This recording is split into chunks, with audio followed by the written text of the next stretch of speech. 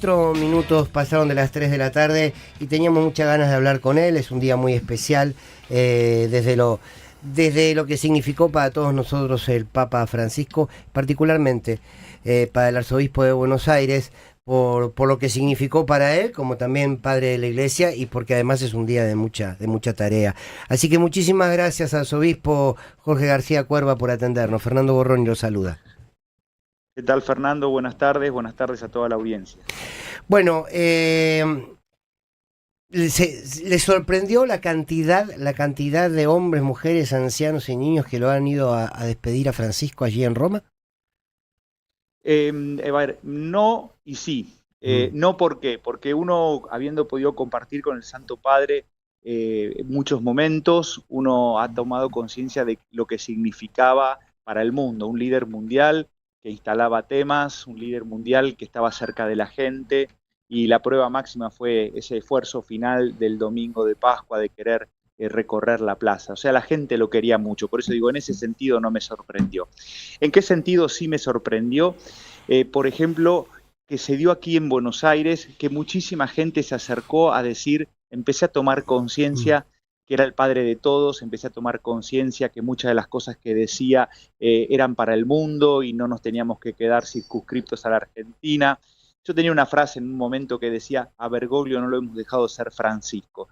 Bueno, quizá ahora que falleció y que un poco, bueno, su figura empieza como a engrandecerse y a conocerse, quizá los argentinos dejemos finalmente a Bergoglio ser Francisco, y entonces esa respuesta de amor del pueblo, en ese segundo sentido sí me sorprende. Qué síntesis, padre. Es cierto, nos ha pasado a todos esto de no dejar a Bergoglio ser Francisco.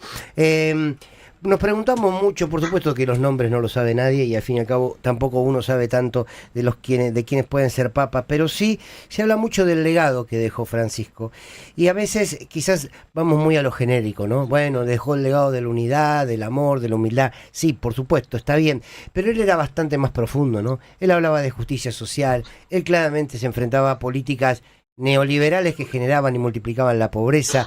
Hay mucho más detrás de las palabras, si se quiere, más dulces de Francisco, ¿no? Sí, a ver, el Papa siempre en esto fue muy fuerte, tomando valores del Evangelio y continuando con el magisterio de la Iglesia que ya venía de papas anteriores. Digo, recordemos tan solo que todo el tema de la cuestión social, la Iglesia se empieza a involucrar con León XIII hacia fines del siglo XIX, con lo cual la voz profética de la Iglesia en los temas sociales siempre estuvo, e evidentemente en este momento el Papa, tomando conciencia de la situación mundial, instaló temas, y creo que por eso también molestaba su voz, y es una voz que vamos a extrañar.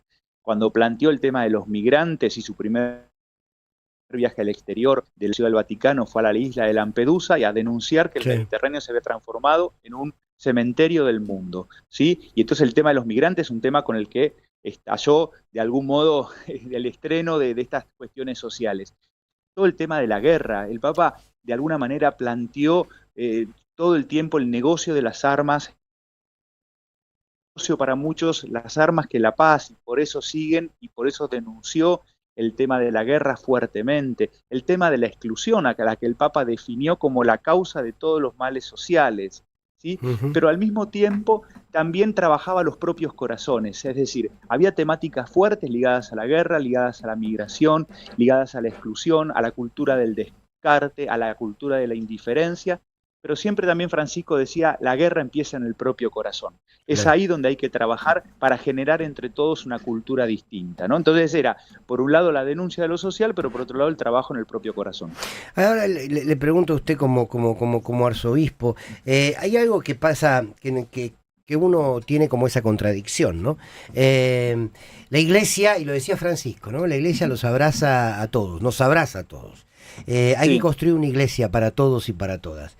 Sin embargo, uno dice, bueno, está bien, pero algún límite tiene que haber. Está bien, está el perdón, por supuesto. Esto tómelo como si fuese una charla entre nosotros dos y no nos escucha nadie. Sí. Por supuesto, Dios perdona, Dios, todo fenómeno. Ahora, uno tiene fe y lo cree. Ahora bien, me parece que hay que en esa iglesia para todos no significa, o se lo pregunto, ¿significa una iglesia para todos de cualquier manera esos todos?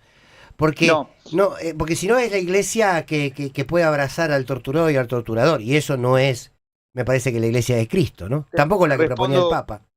te respondo con dos frases. Una de San Agustín. San Agustín siempre decía cerca del pecador, lejos del pecado. Con lo cual, estar Amén. cerca de las personas no significa estar aplaudiendo ni justificando los delitos o las cosas que hayamos hecho. De hecho, me hago muy consciente de mis propios pecados y pido misericordia para conmigo, lógicamente sin justificar las macanas que yo pueda hacer. Y en segundo lugar, algo que el Papa decía es, en la iglesia hay lugar para todos, y decía, bueno, primero que estén adentro, después vemos. Esta frase así más porteña, ¿no? Decía, que estén Claro, adentro y después vemos. está Y yo creo buenísimo. que de eso se trata el todos, todos, todos. Por eso a mí me gusta una imagen que ha dado siempre Francisco, que la iglesia tiene que ser como un hospital de campaña que recibe a los heridos de la vida. Bueno, en Ah, los heridos de la vida estamos todos, ¿no? Y claro. entonces, haciéndonos conscientes, ahora, lo que pasa es que también hay que hacerse consciente de la propia herida. Y si uno reivindica la herida y se siente orgulloso de haber cometido macanas, y bueno, lógicamente ahí la cosa se nos hace más difícil. Ujú, Pero está bueno, yo siempre clarísimo. digo, si hay lugar para mí, ¿quién soy yo para no darle lugar a Mm. otro? Le hago la última porque sé que está con mucho Por trabajo en favor. un día tan Sí, particular. gracias. El mensaje para este presente de la Argentina, que es doloroso y donde parece que la crueldad, cada uno interpreta de quién puede, cada uno siente que viene, la crueldad se ha instalado, ¿no?